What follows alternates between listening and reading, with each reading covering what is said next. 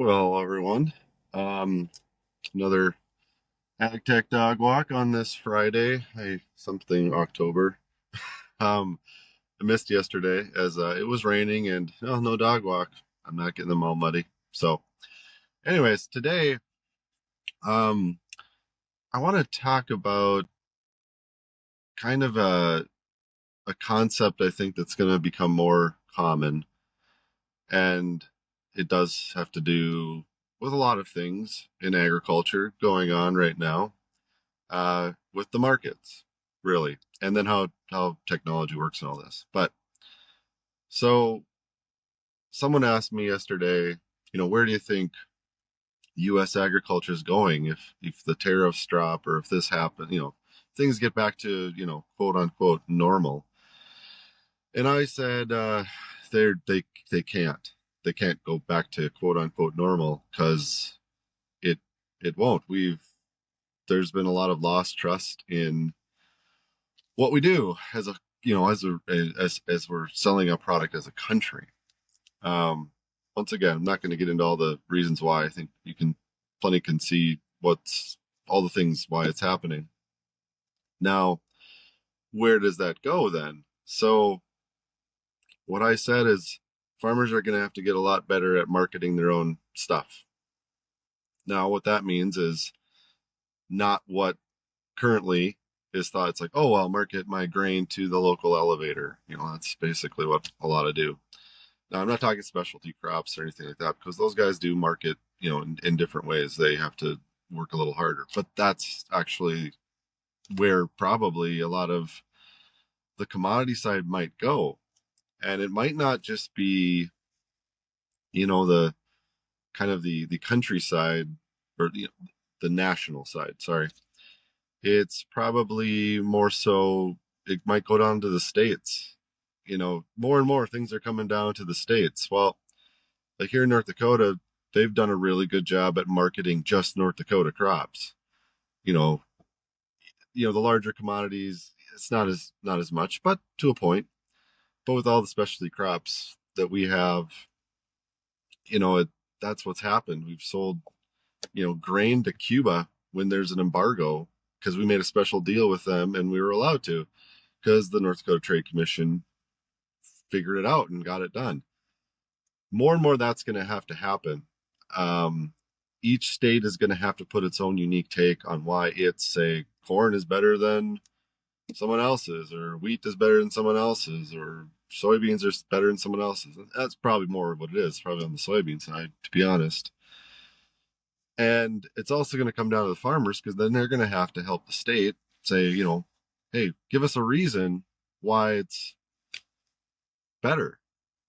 And I think it's also going to come down further with farmers looking at different ways to market it instead of just to the good old normal co-op elevator down the road or whatever. You're going to have to get unique and create different stories, and with that you're going to need more data, more information to prove things. And it's not that, I've talked about, yeah, there's not a giant interest in like more, really intense traceability with normal commodity crops. I gave an instance on the pasta plant that's down the road. They don't really, it's like they don't care exactly where the derm came from the pasta. They're just like, we'll get the product and then we'll change it up through different ways ourselves, taste and all that. But the core part is like, whatever, it's just derm flour. Well, I think where it could go, I think it likely will go over time. Now this can be 10 years down the road even, is that'll change. And it won't necessarily be because they'll put a premium on it. It's just they'll require it for different wants and needs, even just for the marketing ability in general. It's like we know where our derm flour comes from for pasta. We know the farmers that grow it. At the very least, they can tell the story through it, and the product still will cost the same amount. So, but that's going to take more of farmers saying, "Hey, we need to have this conversation on how we can make this look better in this way. And I just want you to buy my grain because I just want a guaranteed contract for, the fair market price. instead of having to grow it and not exactly know where it's going, or I don't have to rely on the local elevator that's in Durham is flying all over the place. They can go for a nice contract amount that's above probably the average, but then there's little stricter rules in that.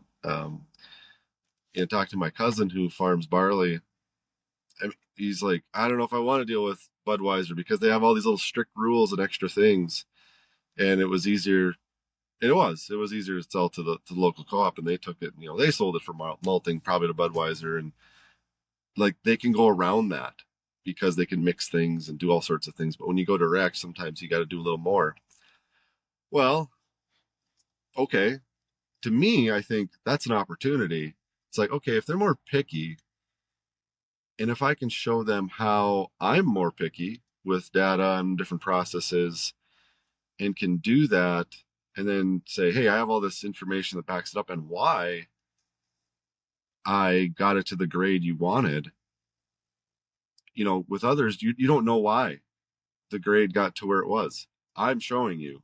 So that's different. And then what can happen is, that large buyer is going to go back to you time and time again because like, oh, you went above and beyond. Like, oh shit, we can do more here.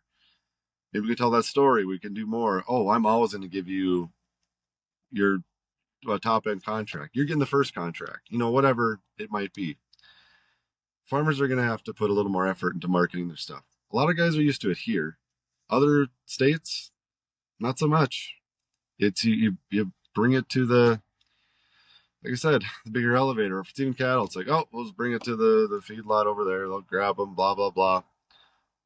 And while you're seeing more, people doing their own, artisanal product in a sense, I think that's going to grow. I think that's where it's going to have to go for at least mid-level and smaller farms to survive. The large ones will do what they do, large commodity style. I've talked about these ethanol and soybean crushing plants, right? I'm staring at them as I speak. Yeah, they're geared to the larger farms, and they'll stay around and they'll produce what they do, and there'll be a need for that, and there'll be a lot of acres that still go to that.